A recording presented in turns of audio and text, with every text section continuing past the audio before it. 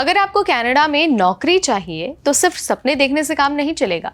Visa लगेगा, skill चाहिए और सही तरीका भी होना चाहिए, वरना आपको रिजेक्शन का सामना करना पड़ सकता है। तो आज की इस वीडियो में हम आपको बताने वाले हैं कि कनाडा में 2025 में नौकरी कैसे मिलेगी, उसका तरीका क्या है और आप कैसे अपना जो प्रोसेस है उसे बहुत स्मूथ बना सकते हैं। नमस्कार, मेरा नाम है नेहा उपाध्याय और आप देख रहे हैं NBT टेक। सबसे पहले तो मैं आपको यही बता देती हूँ कि कनाडा में नौकरी लगती है दो तरीके से।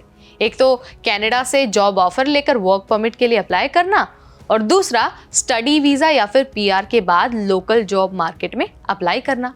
अब जिनके पास पहले से ही PR है या फिर स्टडी वीज़ा है, उनके लिए प्रोसेस थोड़ा आसान होता है। क्यों? क्योंकि कंपनीज उन्हें लोकल ही मानती हैं। लेकिन अगर इंडिया से बैठे बैठे अगर आप जॉब ढूंढ रहे हैं तो मेहनत आपको ज़्यादा करनी पड़ेगी और कंपटीशन भी तगड़ा हो जाएगा। अब सवाल ये है कि इंडियंस को कनाडा में कौन सी जॉब मिलती है। अब देखिए, अगर हम हाई डिमांड जॉब्स की बात करते हैं ना 2025 में, तो IT की बहुत डिमांड है, जिसमें सॉफ्टवेयर डेवलपर की जॉब आती है, डेटा एनालिस्ट की जॉब आती है और क्लाउड इंजीनियर की जॉब आती है। इसके अलावा ट्रक ड्राइवर्स और जो हैवी इक्विपमेंट ऑपरेटर्स हैं उनकी भी बहुत डिमांड है। हेल्थ सेक्टर में भी नर्सेज की डिमांड है, केयर गिवर्स की डिमांड है और कंस्ट्रक्शन वर्कर्स में भी बहुत सारी अपॉर्चुनिटीज़ हैं। इसके अलावा अगर हम रेस्टोरेंट स्टाफ की बात करते हैं तो शेफ़ की डिमांड है, लाइन कुक्स की भी बहुत डिमांड है, वेयर हाउस और डिलीवरी जॉब्स भी अवेलेबल है।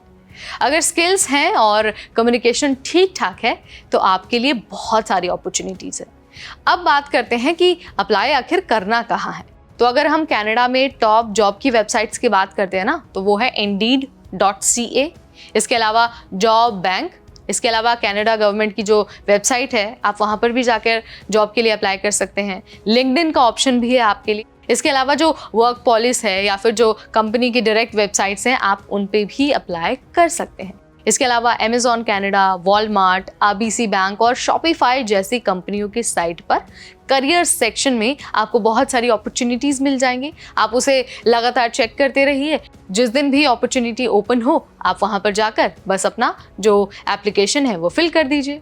अगर मैं आपको एक छोटी सी टिप दूँ ना, तो रिज्यूमे को ना आपको कनाडा स्टाइल रिज्यूमे में कन्वर्ट करना होगा, नहीं तो आप शॉर्टलिस्ट नहीं हो पाएंगे। अब देखिए, रिज्यूमे आपका या तो गेम बना सकता है या फिर गेम बिगाड़ भी सकता है। अब आप सोच रहे होंगे कि भाई आपने ये तो बोल दिया कि कनाडा स्टाइल रिज्यूमे बनाओ, लेकिन इसका मतलब क्या है?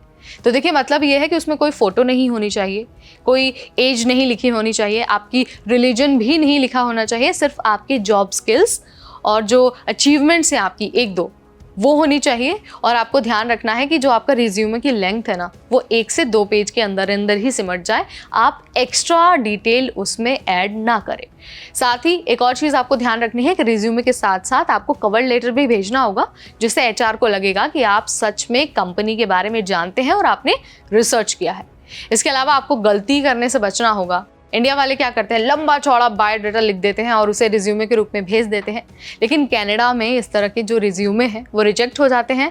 इसीलिए आपको कनाडा स्टाइल रिज्यूमे प्रिपेयर करना ही पड़ेगा। तो ये कुछ ऐसी चीज़ें हैं ना, जिनको अगर आप ध्यान से फॉलो करेंगे, ध्यान रखेंगे इन सारी चीज़ों का, तो आपको कनाडा में आसानी से जॉब मिल जाएगी। अपॉर्चुनिटीज़ आपके लिए बहुत ज़्यादा है, लेकिन गलती करने से आपको बचना होगा। तो ये मैंने आपको यहाँ पर इन्फॉर्मेशन दे दी है कि भाई कनाडा में आपकी नौकरी 2025 में कैसे लगने वाली है, तरीका क्या है और किन सारी चीज़ों का आपको ध्यान रखना होगा। वीडियो अगर आपको पसंद आया है, इन्फॉर्मेटिव लगा है, तो इसे लाइक और शेयर करना बिल्कुल ना भूलें। ऐसे अपडेट्स के लिए stay tuned to NBT take.